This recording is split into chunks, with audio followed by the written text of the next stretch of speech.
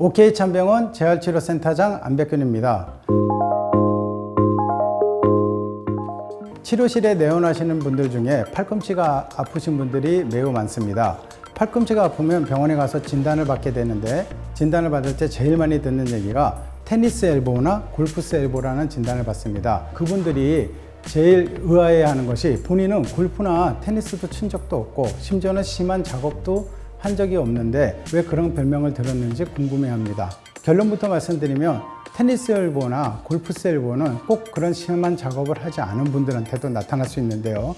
그 가장 큰 원인은 책상 위에 손이 이렇게 얹어져 있는 이 키보드의 모습과 마우스를 쓰는 이 모습이 팔꿈치에 붙어있는 근육들을 긴장하고 단축시키는 역할들을 하기 때문에 통증이 유발이 됩니다. 그래서 이번 시간에는 테니스 엘보나 골프스 엘보, 즉 외측 상가염, 내측 상가염으로 고생하시는 분들한테 유용한 마사지 방법과 근력 운동을 말씀드리도록 하겠습니다.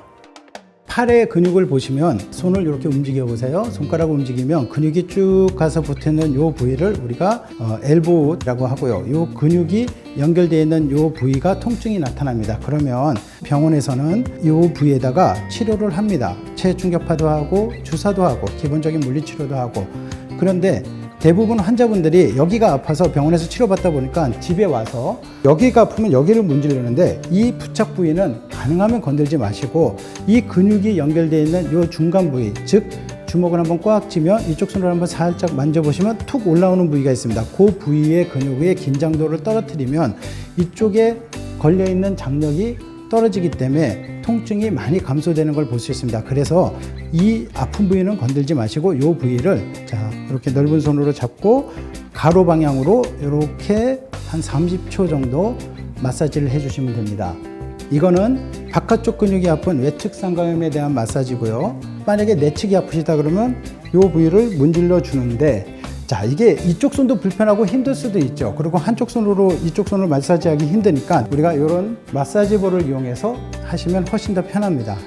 이쪽 손으로 잡고, 이것도 주의사항이 있습니다. 이 방향으로 가는 게 아니라 이 방향으로 문질러 주시면서 적당한 통증과 함께 해주시면 되고, 한 30초 정도에서 1분 사이로 마사지를 해주시면 됩니다. 지금까지 팔 근육의 마사지를 배웠습니다. 이제는 이 근력을 강화시켜주는 운동을 해야 되는데, 일반적인 강화라는 거는 우리가 근육을 움직여주면서 수축시키면서 강화시키는데, 원심성 운동이라는 걸 이용해서 배워보도록 하겠습니다. 테니스 엘보라고 해서 바깥쪽이 아픈 부위는 아령을 잡고, 아령을 올릴 때 이 근육을 쓰지 않고 왼쪽 손으로 받쳐서 올려주신 다음에 내려오면서 하나, 둘, 셋, 넷, 다섯, 여섯, 일곱, 7초 정도 내려오면서 근력을 늘려주면서 스트레칭을 시켜주는 방법입니다. 다시 올릴 때는 반대 손으로 올리고, 내릴 때 천천히 셋, 넷, 다섯, 여섯, 일곱. 주의사항, 팔로 올리는 게 아니라 반대쪽으로 올리는 거는 무게가 가지 않게 내려오면서 힘을 주면서 천천히 내려주는 거를 이 운동의 포인트로 하겠습니다. 그러면 안쪽이 아플 때는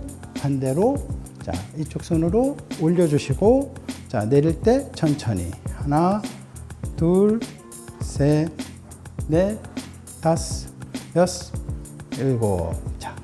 다시 올리고 하나, 둘, 셋, 넷, 다섯, 여섯, 일곱. 각 운동의 횟수를 10회 정도 하신 다음에 잠시 쉬었다가 다시 또 10회 정도 하시고, 잠시 쉬었다가 다시 10회 정도 해서 총 30회 정도 해주시면 근력 운동에 많은 도움이 되겠습니다. 테니스 엘보나 골프스 엘보는 이름과 다르게 정말 테니스나 골프를 치다가 엘보에 걸리는 사람은 10%도 되지 않습니다.